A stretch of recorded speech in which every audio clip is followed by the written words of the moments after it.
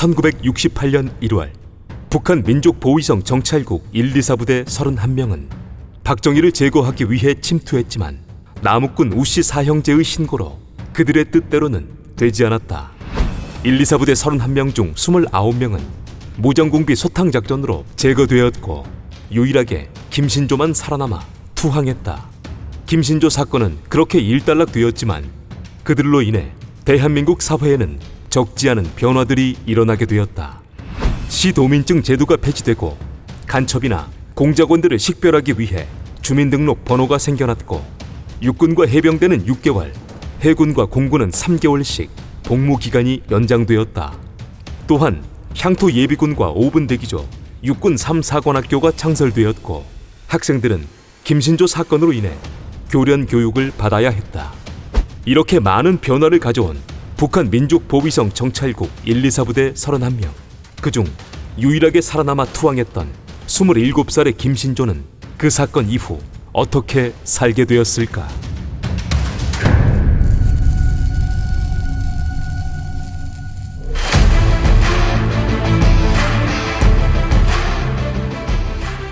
김신조는 1970년 4월 10일 모든 수사 과정을 마치고 체벌을 면한 채 풀려나 자유의 몸이 되었고 이후 중앙정보부에서 알선해준 한국화약이라는 회사에 취직하게 된다.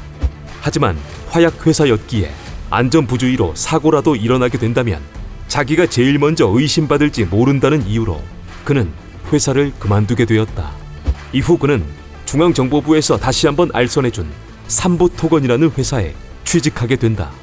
김신조는 수사 과정 때부터 해오던 반공 강연과 직장 생활을 하며 살아가게 되었고 어느 날부턴가 이름과 주소 없이 하루도 거르지 않는 편지를 받게 된다. 그 편지의 내용은 그동안 힘들었겠다는 위로와 신앙생활을 권하는 내용이었다. 편지의 주인공은 현재 김신조의 아내인 최 씨였다. 그렇게 5개월간 이름과 주소 없이 편지를 보낸 최 씨는 어느 날 마지막 편지라며 이름과 주소를 적어보냈다. 그동안 편지를 보낸 사람이 궁금했던 김신조는 남대문의 한 다방에서 만나자는 답장을 했다. 김신조와 아내 최 씨는 그렇게 첫 만남을 갖게 되었고 두 사람의 인연은 이어져 결혼까지 생각하게 되었다. 하지만 당시 무장공비라는 꼬리표를 달고 다닌 김신조는 당연하게 아내의 집에서 결혼을 반대할 줄 알았다.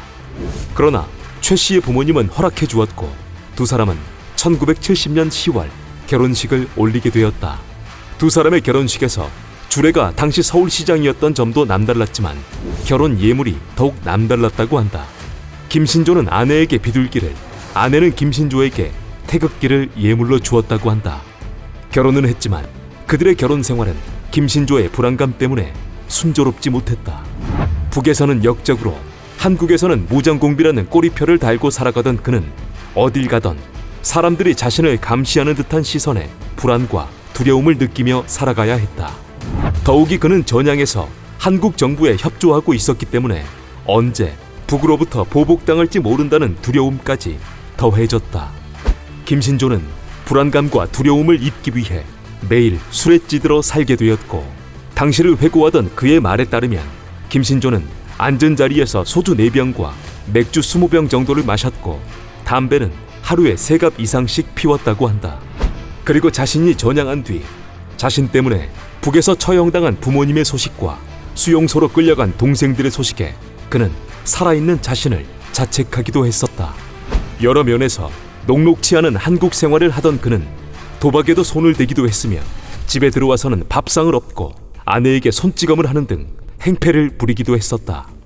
김신조의 이런 행동에 그의 아내 최 씨는 견디다 못해 1년이면 2-3번씩 집을 나갔다 들어오는 일을 반복했고 쥐약을 먹고 극단적인 선택까지 하려 한 적이 있었지만 자신의 행동이 남편과 연관지어질 듯하여 그러지는 못했다. 그렇게 한국으로 전향해 살아가던 김신조와 그의 가족들은 어딜 가던 무장공비, 공비마누라, 공비자식이라는 손가락질을 받아가며 살아가야 했다.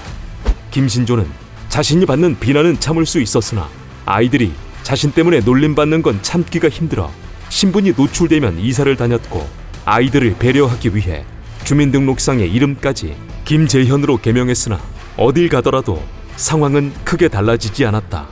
그렇게 10년 정도의 세월을 방탕하게 보내던 김신조에게 아내 최 씨는 교회에 가보자는 말을 자주 했으나 북에서 살며 신앙생활을 접해본 적 없던 그는 교회는 나약한 사람들이나 가는 곳이라 생각해 처음에는 가지 않았다.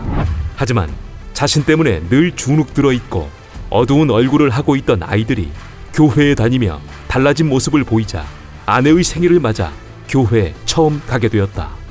교회에 처음 갔을 때만 해도 그는 북한 체제와 비슷하다는 생각에 거부감이 들었고, 또한 교회에서 일어나는 일들이 모두 거짓이라며 김신조는 교회 자체를 믿지 못했다. 하지만 그가 1년 정도 교회를 다녔을 무렵 김신조는 자신의 몸에 공비 귀신이 있었음을 한 목사로 인해 영적으로 체험하게 되었고, 그때부터 자신의 삶이 달라졌음을 한 인터뷰를 통해 전한 바 있다.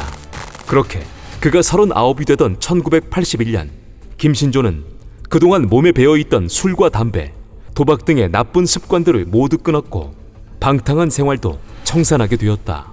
한국 생활 13년째 되던 해, 새로운 삶을 살기로 결심한 그는 그때부터 간증 집회를 다니며 신앙생활을 이어갔고 틈틈이 신학 공부도 하여 1991년 신학교를 졸업하고 1994년에는 신학원을 수료했다. 그리고 1997년 1월 김신조는 목사 안수를 받으며 목사로서의 삶을 살아가게 되었고, 15년 정도가 지난 2012년 목회를 그만둔 그는 현재 안보 강연자로 삶을 살아가고 있다.